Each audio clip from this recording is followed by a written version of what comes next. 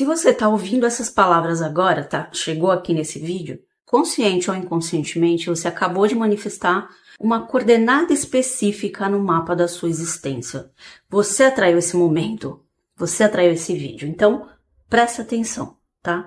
A sua vida financeira, a qualidade dos seus relacionamentos, a saúde, a sua liberdade, não são ditados por uma coisa etérea, que é chamada de sorte, ou por um conceito que já foi ultrapassado, que é destino.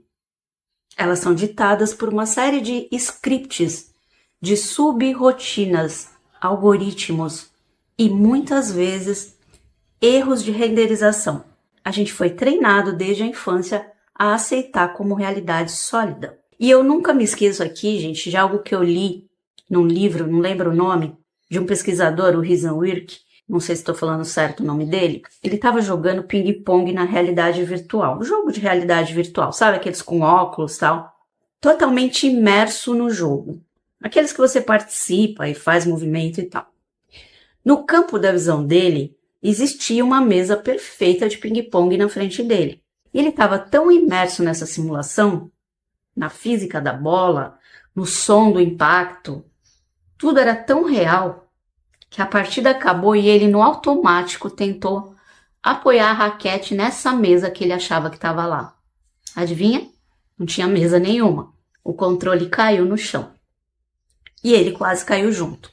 A mente dele, gente, tinha aceitado um pixel como um átomo, uma interface como a realidade, mesmo ele sabendo que aquilo era um jogo. E por que eu estou te contando isso?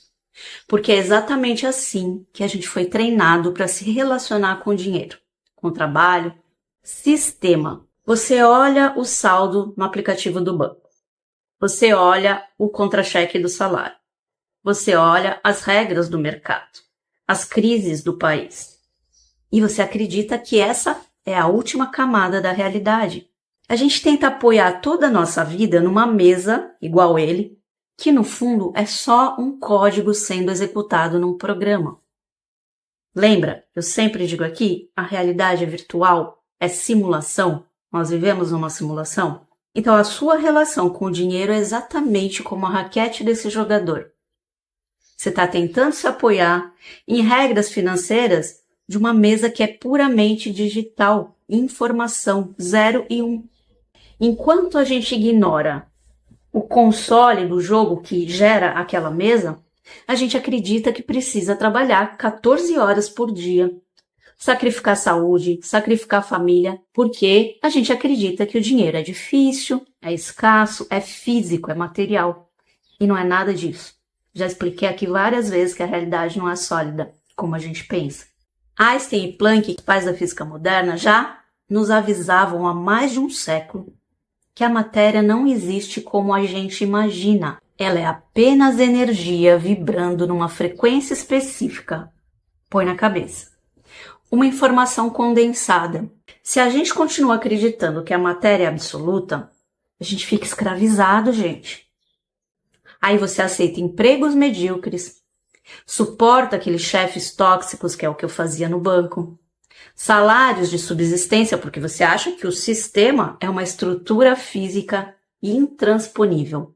Sabe como se fosse uma parede de concreto? É o que a gente entende. Mas quando você percebe que a gente vive num sistema de informação, a parede se torna um código. E o código, gente, pode ser reescrito, lembra? Lógica de programação. Se você acha que o mundo é sólido e fixo, automaticamente você vai cair em 3 prisões. Primeira, o trabalho é isso aqui mesmo, não tem outro jeito. Segunda, o dinheiro vem só com esforço físico ou com muitas horas de trabalho, muito sacrifício.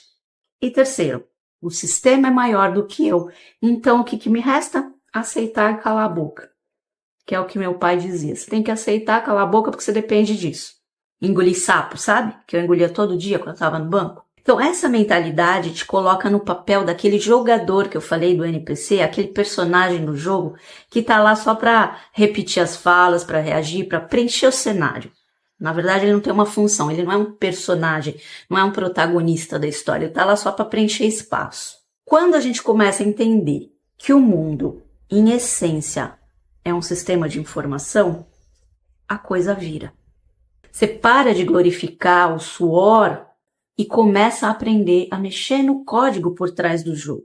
Você para de trabalhar duro no sentido braçal, né, que é ineficiente, e começa a manipular o código. Aí o dinheiro que você vê na tela do banco é tão digital quanto as moedas de um jogo online, gente. Presta atenção nisso. Eu acho que todo mundo aqui já jogou videogame e sabe que aquele dinheiro virtual não é real. Aqui é a mesma coisa, só que é uma simulação num nível diferente, maior e mais bem elaborada, para a gente pensar que é real. As regras que fazem o dinheiro entrar ou sair são modelos, são scripts, são decisões humanas. Quando alguém fica rico vendendo um terreno digital, um skin de jogo, uma consultoria, um infoproduto, essa pessoa está vendo isso ao vivo. A riqueza é a consequência do código e do contexto que ela faz, não do peso que você carrega nas costas. Então, para mudar nosso saldo bancário, a gente não precisa de mais suor. A gente precisa de uma atualização no software, no nosso script pessoal. E a pergunta que muda tudo deixa de ser quanto que eu consigo aguentar e passa a ser em que sistema eu estou jogando e qual script que eu estou rodando sem perceber. Isso é a virada. Vou dar mais uma metáfora aqui dos jogos para te mostrar onde que provavelmente você está travado. Pensa, gente, na evolução dos games, tá? Quem é da minha idade deve lembrar. Primeiro, tinha aquele estágio 0, né? Que era aqueles jogos só escritos, só de texto. Você está diante de uma caverna, existe um caminho ao norte e outro ao sul. Não tinha gráfico nenhum. A renderização era toda feita pela sua mente, ou seja, a sua imaginação. Então, vamos associar aqui, fazer a analogia que eu gosto de dar exemplo na prática para a gente entender. Na nossa vida financeira, esse estágio 0 é a sobrevivência pura. Então é o que, Vanessa? Pagar a conta, colocar comida na mesa e ver no que vai dar. Quase não existe aquela visão de futuro, de planejamento, de projeto. Não, a gente está só no modo de sobrevivência. Então, é um comando de texto. Você acorda, trabalha e dorme. Pum. Aí vamos passar para o estágio 1, que é um jogo mais sofisticado um pouquinho. Então, aqui a gente já tem gráficos simples, né? Um físico básico. O jogo é repetitivo, é um reflexo puro. Lembra aquele joguinho na tela preta? Não sei se vocês viram, mas eu jogava. Bola vai, bola vem. Bola vai, bola vem. Nada mais é do que uma barrinha embaixo e os zeros caindo, né? Isso era o jogo naquela tela preta dos primeiros computadores lá, pelo menos o que eu tive. Na vida, esse estágio é o trabalhador braçal, ou aquele profissional que vive trocando hora extra por dinheiro e fica repetindo esse ciclo. Não importa se é CLT, se é autônomo, se é um serviço freelancer, a lógica é, quanto mais eu bato, mais sai. Aí vamos para o estágio 2, que é o RPG gráfico. Aí surge o quê? Um mundo que tem um mapa. Um personagem que vai evoluindo, tem itens, tem missão, tem uma narrativa. Na vida real, esse estágio é a classe média que começa a investir em formação, em diploma, carreira, tenta subir de nível, melhorar a armadura. Ou seja, carro, casa, status, melhorar a parte e aparece para os outros. Ainda é limitado no mapa do jogo, mas você já sente que consegue avançar alguma coisa. Aí no estágio 3, aí vem aquele Second Life, Warcraft, etc.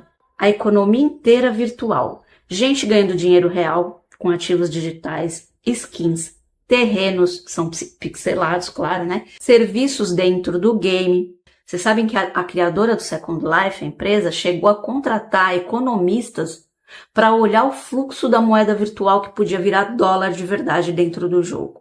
O Elon Musk, que é uma das mentes mais provocativas aqui do nosso tempo, né, costuma dizer que, dado o ritmo acelerado desse avanço tecnológico, a chance da gente estar na realidade base, ou seja, naquela primeira que eu expliquei do jogo, a primeira realidade biológica, é de 1 em bilhões. Se a gente passa de 2 retângulos batendo num quadrado, um ping-pong daquelas bolinhas, para simulações que são fotorrealistas, que são indistinguíveis da realidade, em apenas 40 anos, imagina o que uma civilização 1.000 ou 10.000 anos na nossa frente já construiu, porque elas existem. Tá tudo aí. As realidades todas coexistem. Então nós estamos caminhando para o ponto de simulação. Mas você não precisa esperar o futuro para acessar esse poder. Se você entende que o mundo é um software, você percebe que ele possui um mecanismo de renderização, gente, que responde em tempo real às nossas ações e às nossas observações, principalmente. Então, tá bom, Vanessa, qual que é o recado aqui? Se pessoas conseguem enriquecer vendendo coisas que não existem fisicamente, que são virtuais, é porque o valor, gente, não está na matéria sólida, está no sistema, está na atenção, no código, na confiança que todo mundo coloca naquele jogo. Agora respira e se pergunta: em qual estágio que eu estou jogando hoje? Eu vivo no modo do texto de sobrevivência? Eu estou naquele jogo repetitivo que queima o corpo, a mente em troca de trocado? Ou eu já comecei a jogar no nível de criar um valor em sistemas, de usar a internet, educação, rede de ativos digitais, estratégia? Se você ainda está se matando no estágio 1, que é da sobrevivência, num mundo que já está operando no estágio 3, é óbvio que você vai sentir que nunca alcança aquilo que você quer. Porque o mundo está jogando xadrez e você está tentando ganhar as coisas no tapa.